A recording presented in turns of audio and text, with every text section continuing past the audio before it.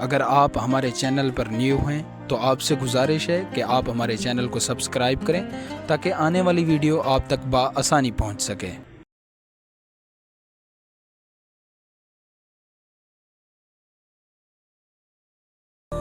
اچھا، آپ فرض کریں کہ آپ کو اللہ تعالیٰ مل جاتا ہے، چاہے نماز کے اندر ملے یا آپ کو کہیں جگہ کے اوپر آپ کو اللہ تعالیٰ مل جائے، تو آپ اللہ تعالیٰ سے کیا مانگیں گے؟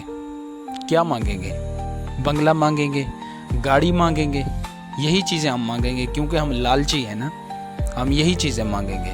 لیکن جب اللہ تعالیٰ مل جائے نا تو صرف ایک چیز مانگ لینا۔ جب وہ ایک چیز آ جائے گی نا تو میں گارنٹی سے کہہ سکتا ہوں باقی چیزیں آپ کے لیے ممکن ہیں۔ وہ کیا مانگو گے؟ اللہ سے صرف اور صرف اس کی رضا مانگنا، بس۔ جب اللہ راضی ہو جائے نا تو باقی چیزیں ممکن ہیں۔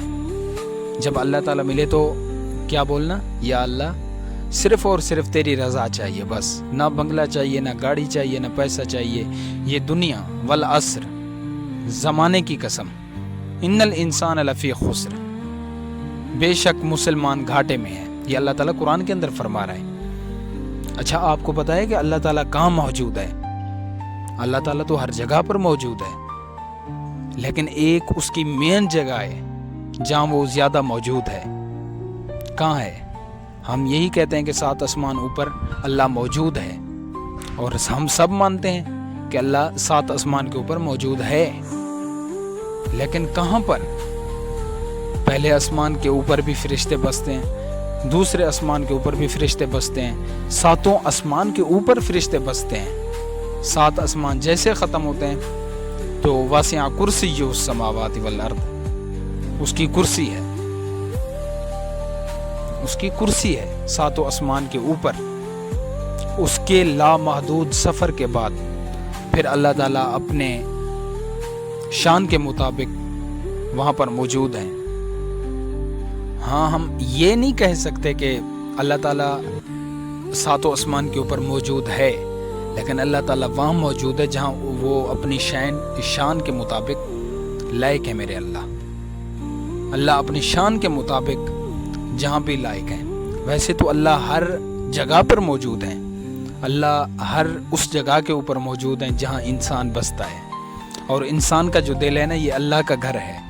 اور یہ اللہ کا گھر کب بنتا ہے؟ جب آپ اللہ کی طرف جاتے ہو، جب آپ کا دل کالا ہو جاتا ہے، جب آپ مسجد میں نہیں جا سکتے، جب آپ قرآن اٹھا کر نہیں پڑھتے، تو یہ اس ٹائم تک نہیں بنتا جب اللہ کا خیال ہی نہیں آئے گا۔ اور جس ٹائم اللہ دل کے اندر آ جائے نا تو پھر سب چیز ممکن ہو جاتی ہے۔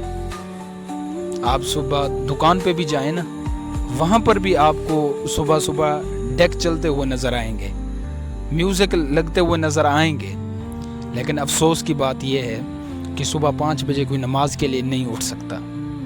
ہم بستر کو پیارا کر کے سوئے ہوتے ہیں۔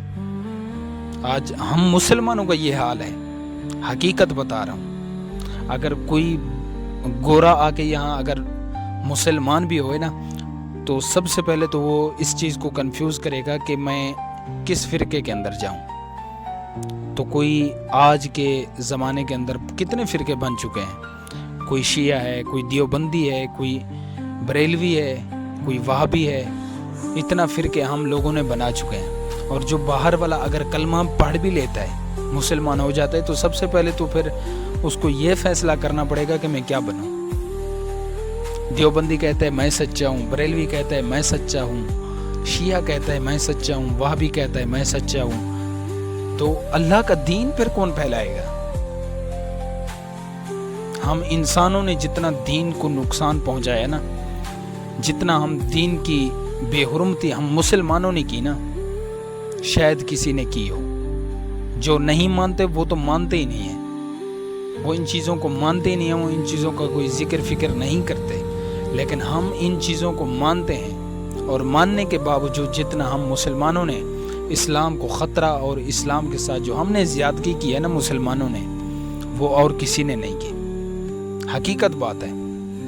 ہم نے اگر قرآن بھی گھر کے اندر رکھا ہوا ہے نا، وہ صرف بیٹی کی رخصتی کے لیے، اور جب بیٹے کے پیپر آ جائیں تو اس کو قرآن کے نیچے بچوں کو گزارنا، یا بیٹی کی شادی ہو رہی ہے تو بیٹی کو قرآن کے نیچے سے گزارنا۔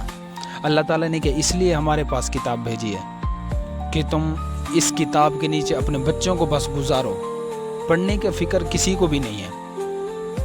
آپ قرآن تو اٹھا کر دیکھو، قرآن کا ترجمہ کرو، کہاں لکھا ہوا ہے کہ آپ ان کے نیچے بچوں کو گزارو گے تو وہ پیپر کے اندر پاس آ جائیں گے، اور بیٹی کو اگر قرآن کے نیچے گزارو گے تو اس کا گھر بسنا شروع ہو جائے گا۔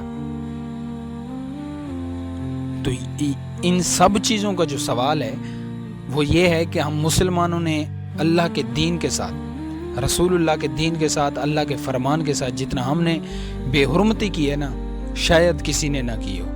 حقیقت بات ہے، جو پہلے کے مسلمان تھے نا، ان کا یہ رول تھا کہ صبح کے ٹائم اگر ان کے گھر سے اگر کوئی گزرتا نا تو ان کے گھر کے اندر تلاوت کی آواز آتی، یاسین پڑھ رہے ہوتے۔ دوپہر کو گزرتے تو الرحمن کی تلاوت کی آواز آ رہی ہوتی، اور رات کو گزرتے تو سورۃ واقعہ کی آواز آ رہی تھی۔ تو آج کیا حساب کتاب ہے؟ اگر صبح کسی کے گھر سے گزرو نا تو گانے بجانے کی آواز ہے، دوپہر کو گزرو تو ڈراموں کی آواز ہے، رات کو گزرو تو خبروں کی آواز ہے۔ قرآن تو ہم نے جیسے گھر میں رکھا ہے ویسے پڑھا ہوا ہے نا، وہ تو صرف ہم نے استعمال اس ٹائم قرآن کو کرنا ہے، بس اس قرآن کو ہم استعمال کر رہے ہیں، پڑھ نہیں رہے۔ سیدھی سی بات ہے۔ معذرت چاہتا ہوں اگر کسی کو اس میری بات سے تکلیف ہو رہی ہو۔ قرآن کو ہم نے بس استعمال کرنا شروع کر دیا، بیٹی کی شادی ہوئی تو گزار دیا قرآن کے نیچے، بچوں کے پیپر ہیں تو قرآن کے نیچے گزار دیا۔ قرآن اس لیے بن گیا ہے، اللہ تعالیٰ نے اسی لیے قرآن بنایا ہے، اور اسی لیے ہمارے پاس یہ کلام آئی ہے کہ تم میری کلام کے ساتھ صرف بچوں کو گزارو، پڑھنے کا تمہارے کو شوق ہی نہیں ہے۔ اللہ تعالیٰ نے یہ تو ہمیں نہیں فرمایا، اور ہم مسلمان ہو کر اتنا غافل رہیں دین سے۔ آپ اٹھاؤ نا، میں کہتا ہوں سر آپ قرآن اٹھاؤ، قرآن کو اٹھا کر کھول کر ترجمے کے ساتھ پڑھو۔ الحمد کی الف سے لے کر والناس کی سین تک پورا قرآن ترجمے کے ساتھ پڑھو۔ کہاں لکھا ہوا ہے کہ آپ بچوں کو نیچے سے گزارو، بیٹی کو نیچے سے گزارو؟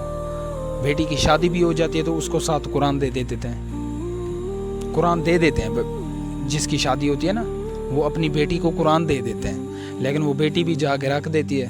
اب وہ غلاف کے اندر پڑا ہوا ہے، لیکن کسی کو پڑھنے کی توفیق نہیں ہے۔ جب اللہ تعالیٰ قیامت کے دن اس چیز کا سوال پوچھے گا تو آپ کے پاس کیا جواب ہے؟ اسی لیے کہتا ہوں کہ جتنا